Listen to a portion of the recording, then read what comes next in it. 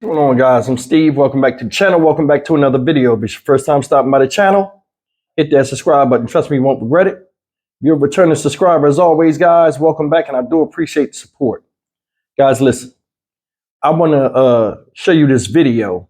Well, it's a story that they've been pushing for the past, I'm looking up here, 10 days out there in Baltimore about this shop or gas station owner and his fight with people selling drugs on the property and how he's losing business and so on and so forth.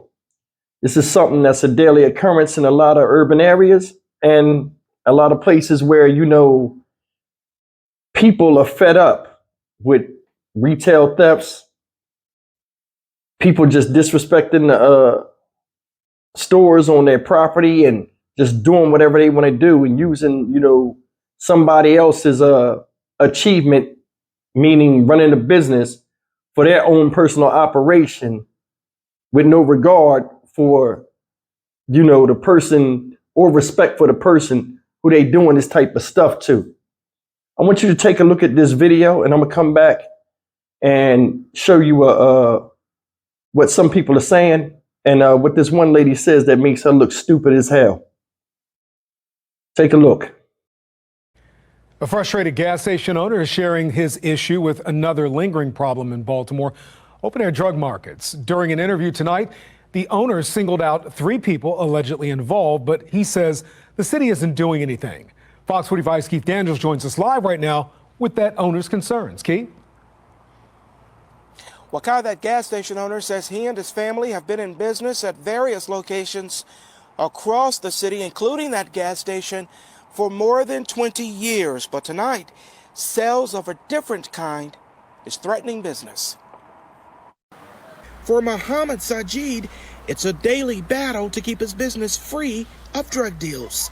The Shell gas station on Emerson Avenue near Swan Avenue, a hotbed, he says, for open-air drug dealing.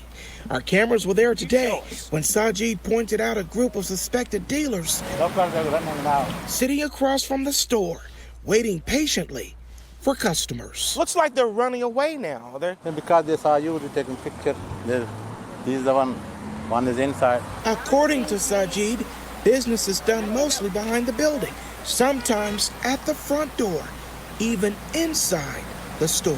Mostly the one guy at night time they come inside. They come inside the store? Yeah. You let them inside the store? We always call police. I just called police. They didn't come. But later we did see a patrol car in the rear of the building. The car circled the area, then left. The suspected drug dealers nowhere in sight. We reached out to police about Sajid's concerns. According to police, from November 1st, 2023 to May 21st, 2024, officers responded to 1,786 calls to the gas station, which included calls for business checks and larceny. Police say 73 controlled dangerous substances calls were made, which includes 1 CBS arrest.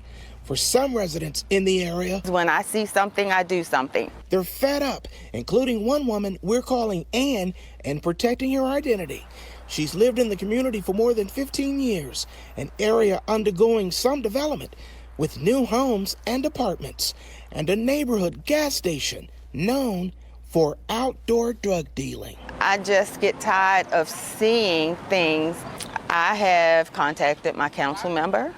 I have called the police on various occasions. We also tried contacting Councilman Christopher Burnett, who represents the area where the gas station is located.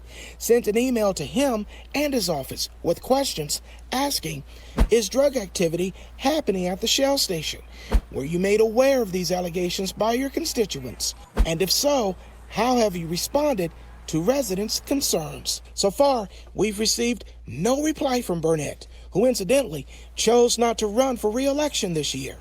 Meantime, for Sajid, what's happening at the station is bad for business. We have no business because these the guys mess up our business. They don't care, but they don't respect. Well, Sajid says he's also dealing with a number of shoplifting thefts that are happening inside the store. Something else, he says, that could force him to consider shutting down the business. We're live tonight. Keith Daniels, Fox 45 News. All right, guys, that's the video, the first video I wanted to show you about this guy talking about how he's losing money in his business and so on and so forth. In this video you just seen, they want the people that, you know, were in charge of this area, council people or whatever. They never answered back. Guy's not running for office again, but these are concerns.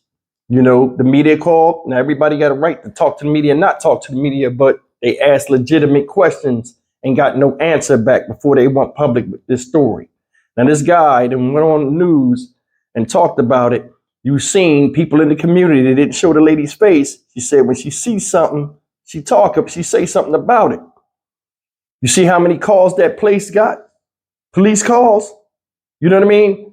All of us out here know it's in every city, there's a gas station or gas stations that are like this. Places that normal people know, hey, don't go over there because, you know what I'm saying? You might not come out alive or you might not, you know what I'm saying? I've seen this multiple times.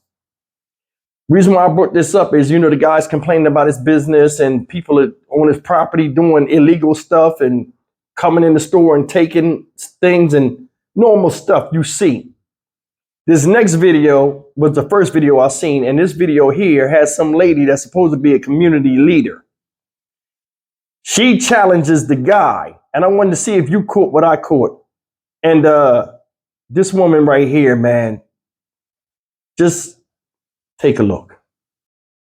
After a gas station manager's complaints about an open-air drug market, some say he's only addressing the issue because of his bottom line.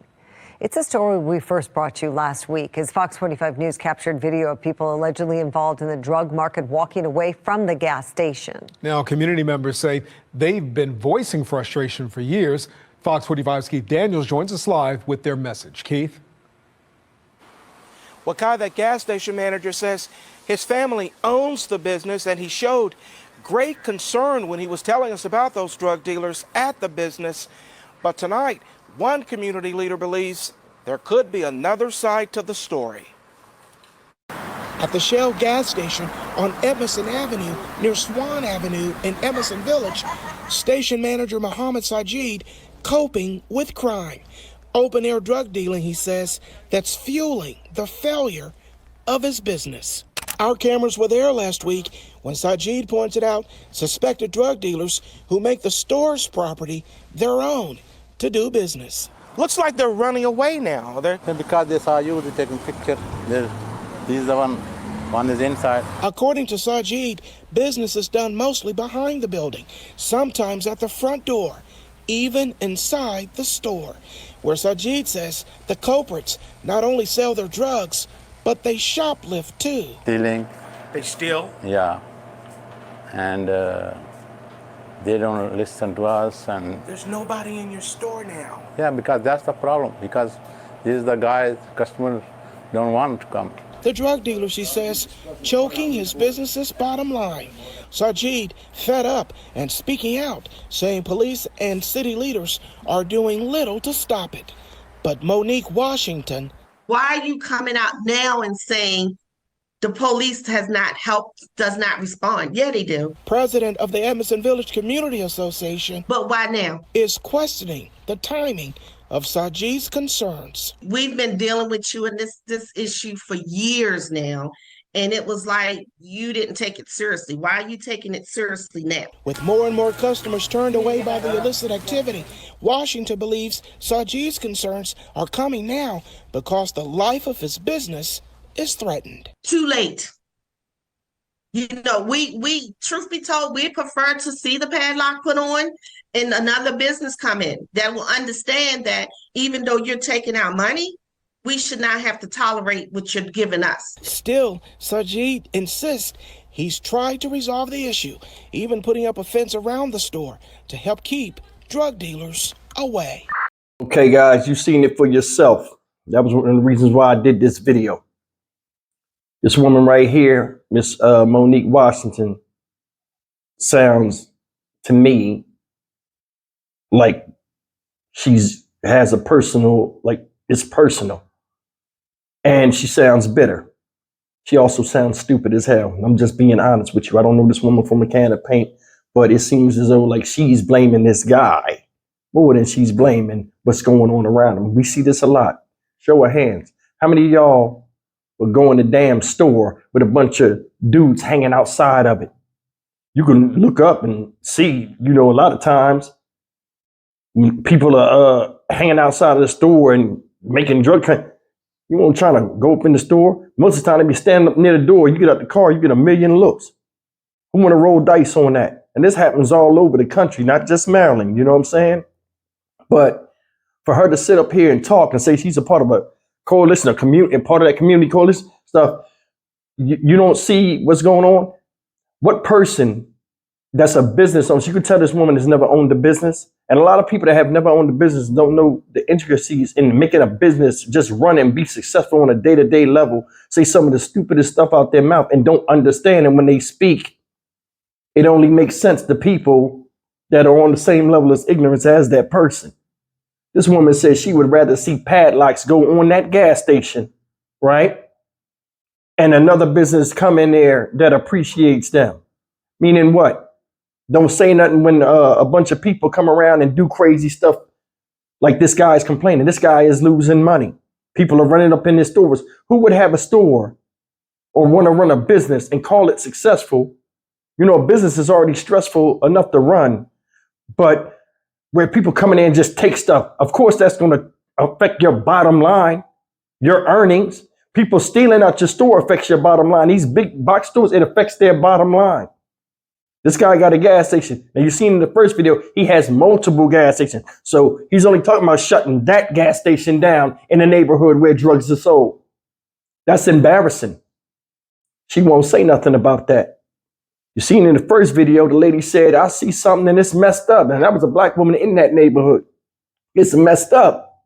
Nobody wants that type of publicity or anything. You see how many calls they had at that place? In 6 months, how many calls? He's the one calling the cops. So he trying to do something. He came outside and pointed at the people. That's them right there. He did more than you as a community person because it seemed like you was trying to be dismissive. And that's the thing, is this dismissiveness. Don't look at the real problem. Just look at him and what he's saying, this and that. Another thing is this. For you to open up a business in the black community, and let's be honest, certain type of people, a lot of times you see in black communities, you see a lot of Indian people, people that are like, I don't want to call them Arabs, but like, Pakistani, a lot of people that come over here and start their own stuff, get gas stations or whatever.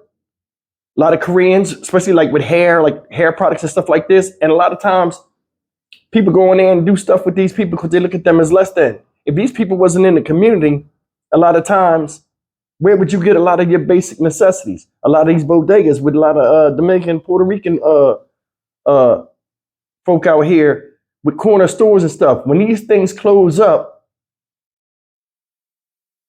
a lot of times these communities crumble as well.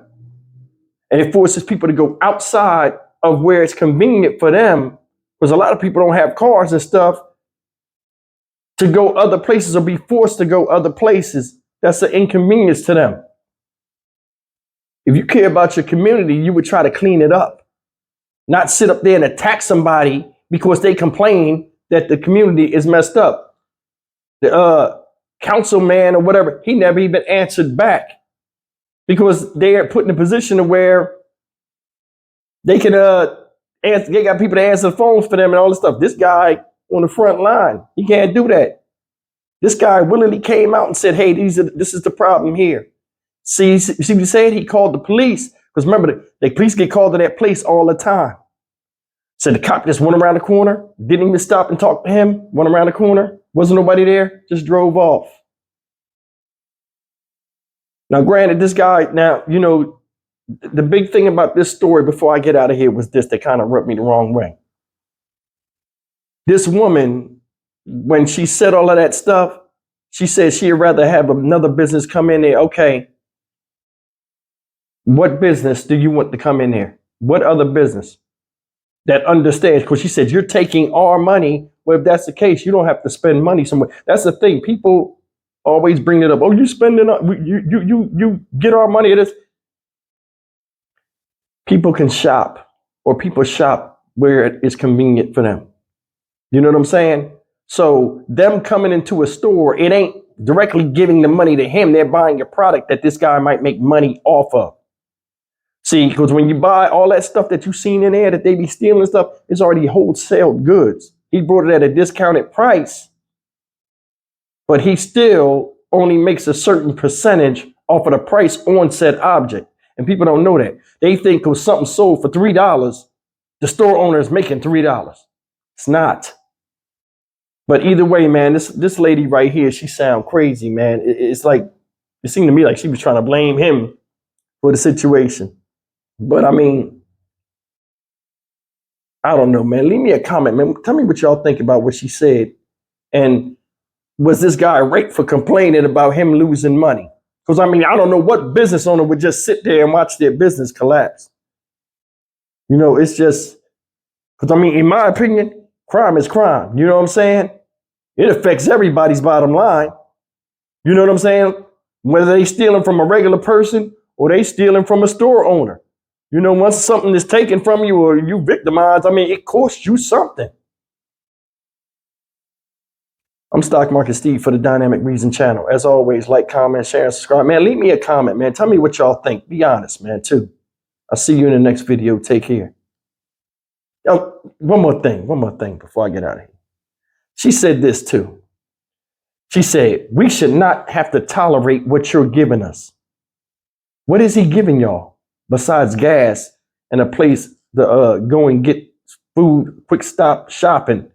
What do you mean what he's giving us? That's why I said I think she think this thing got personal, because she what? So what he wasn't supposed to say something to the police? I don't know what she meant by that, but it just came off to me like, what the fuck is you talking about? And it made me think like it's kind of personal with how she feel about this type of dude. You know what I'm saying? What you're giving us. What do you mean what you're giving us? The man keep the store open. So he's supposed to not say nothing and just let his business go to shit. All right. I'll see you in the next video. Take care.